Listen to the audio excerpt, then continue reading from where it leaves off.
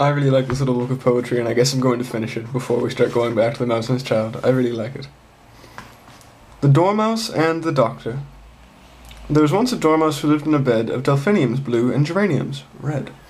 And all the day long he'd a wonderful view of geraniums red and delphiniums blue. The doctor came hurrying round, and he said, "Tut, tut, I am sorry to find you in bed. Just say 99 while I look at your chest. Don't you find that chrysanthemums answer the best?" The Dormouse looked round the view and replied, when he'd said 99, that he'd tried and he'd tried. And much the most answering things that he knew were geraniums red and delphiniums blue. The doctor stood frowning and shaking his head, and he took up his shiny silk hat, and he said, "What the patient requires is a change," he went, "to see some chrysanthemums people in Kent." The Dormouse lay there, and he gazed at the view of geraniums red and delphiniums blue, and he knew that there was nothing he wanted instead of delphiniums blue and geraniums red.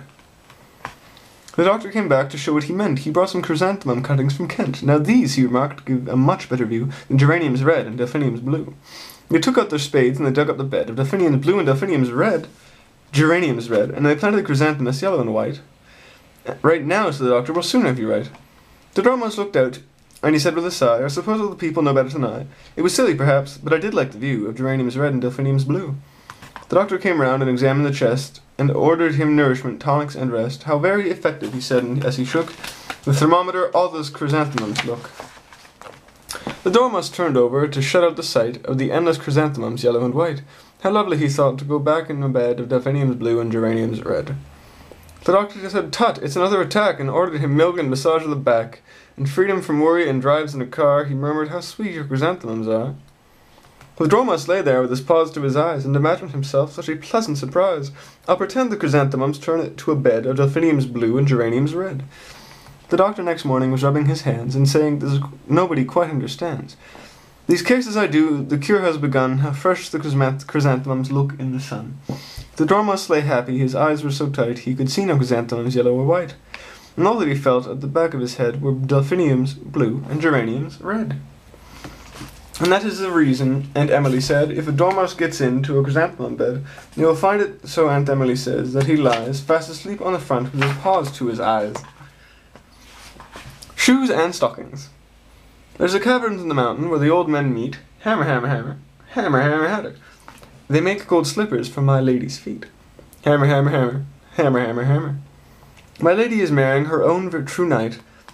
White her gown, and her veil is white. She must have slippers on her dainty feet. Hammer, hammer, hammer. Hammer. There's a cottage by the river where the old wives meet. Chatter, chatter, chatter. Chatter, chatter, chatter. They weave gold stockings for my lady's feet. Chatter, chatter, chatter, chatter, chatter, chatter. My lady is going to her own true man, youth to youth since her world began. But she must have stockings on her dainty feet. Chatter, chatter, chatter, chatter. I like that last poem a lot. Ooh. Sand between the toes. I went down to the shouting sea, taking Christopher Robin with me. For nurse had given us sixpence each, and down we went to the beach. We had sand in the eyes, and in the ears, and the nose, and sand in the hair, and sand between the toes. Whenever a good nor'wester blows, Christopher is certain of sand between the toes. The sea was galloping grey and white. Christopher clutched his sixpence tight. We clambered over the humping sand, and Christopher Robin held my hand. We had sand in the eye, and ears, and nose, and sand in the hair, and sand between the toes. Wherever a good nor'wester blows, Christopher is certain of sand between the toes. There was roaring in the sky, and the seagulls cried as they blew by. No, there was roaring in the sky, and the seagulls cried as they blew by. We tried to talk, but we had to shout. Nobody else was out. When we got home, we had sand in the hair, in the eyes, and the ears, and everywhere. Wherever a good nor'wester blows, Christopher Robin is found with sand between the toes. Knights and ladies. There is an... Knights and ladies. There is in my old picture book a page on which I like to look, where knights and squires come riding down the cobbles of some steep old town, and ladies from beneath the caves flutter their bravest handkerchiefs. Oh, beneath the eaves flutter their bravest handkerchiefs, or smiling proudly toss down gauges. But that wasn't in the Middle Ages. It wouldn't happen. That was in the Middle Ages. It wouldn't happen now, but still, whenever I look up at the hill, where, dark against the green and blue, the first come marching two by two, I wonder if perhaps I might see suddenly a shining knight, winding his way winding his way from blue to green, exactly as it would have been those many, many years ago. Perhaps I might. You never know. Little Bo Peep and Little Boy Blue. What have you done with your sheep, Little Bo Peep? What have you done with your sheep, Bo Peep? Little Boy Blue, what fun! I have lost them every one. Oh, what a thing to have done, Little Bo Peep. What have you done with your sheep, Little Boy Blue? What have you done with your sheep, little boy? Little Bo Peep, my sheep went off when I was asleep. I'm sorry about your sheep, Little Boy Blue. That's got quite a... Oh, it keeps going. I'm going to figure out how this rhyming scheme works. What are you going to do, Little Bo Peep? What are you going to do, Bo Peep? Little Boy Blue, you'll see. They'll all come home to tea. They wouldn't do that for me, Little Bo Peep. What are you going to do, Little Boy Blue? What are you going to do, Boy Blue? Little Bo Peep, I'll blow my horn for an hour or so. Isn't that rather slow, Little Boy Blue? They're running skateboards. Whom are you going to marry, Little Bo Peep? Whom are you going to marry, Bo Peep? Little Boy Blue, I'd like to marry you. I think I should like it too, Little Bo Peep. Where are we going to live, Little Boy Blue? Where are we going to live, Boy Blue? Little Bo Peep, up in the hills with the sheep. And I love you, Little Bo Peep, Little Boy Blue. I'll love you forever and ever, Little Bo Peep. I'll love you forever and ever, Bo Peep. Little Boy Blue, my dear, keep near, keep very near. I shall always be here, Little Bo Peep. Now, when I was talking about skateboards, I was serious. There are sheep on skateboards in this book, or some similar aspect. That is fantastic. Ha!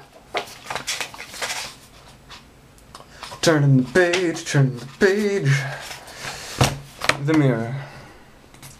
Between the woods the afternoon is fallen in a golden swoon. The sun looks down from the quiet skies to where the quiet water lies, and silent trees stoop down to trees. And there I saw a white swan make another white swan in the lake. And breast to breast, both motionless, they waited for the wind's caress, and all the water was at ease. It's referring to the reflection of the swan. That's why it's breast to breast. There weren't swans just mashing up like that on the lake, which would have been a funny little drawing to see. Halfway down the stairs is a stair where I sit. There isn't any other stair quite like it. I'm not at the bottom, I'm not at the top. So this is a stair where I always stop. Halfway up the stairs isn't up, and it isn't down, and it isn't in the nursery, and it isn't in the town. And it's also the funny thoughts running in my head. It isn't really anywhere, it's somewhere else instead. The invaders. In careless patches through the wood, the clumps of yellow primrose stood in sheets of white anemones, like driven snow against the trees had covered up the violet that left the bluebell bluer yet. Among the narrow carpet side, with primroses on either side, between their shadows and the sun, the cows came slowly, one by one, breathing the early morning air and leaving it still sweeter there. And one by one, intent upon their purposes, they followed on in ordered silence and were gone. But all the little wood was still, as it waited so until some blackbird on an outpost yew, watching the slow procession through, lifted his yellow beak at last to whistle what the line had passed. Whistled that the line had passed, and then the wood began to sing in morning anthem to the spring. Before tea. Took time. Emmeline has not been seen for more than a week. She slipped between the two tall trees and her end of the green. We all went after her. Emmeline! Emmeline, I didn't mean. I only said your hands went clean. We went to the trees at the end of the green, but Emmeline was not to be seen. Emmeline came slipping between the two tall trees at the end of the green. We all ran up to her. Emmeline, where have you been? Where have you been? Why, it's been more than a week. And Emmeline said, Sillies, I went and saw the Queen. She says my hands are perfectly clean.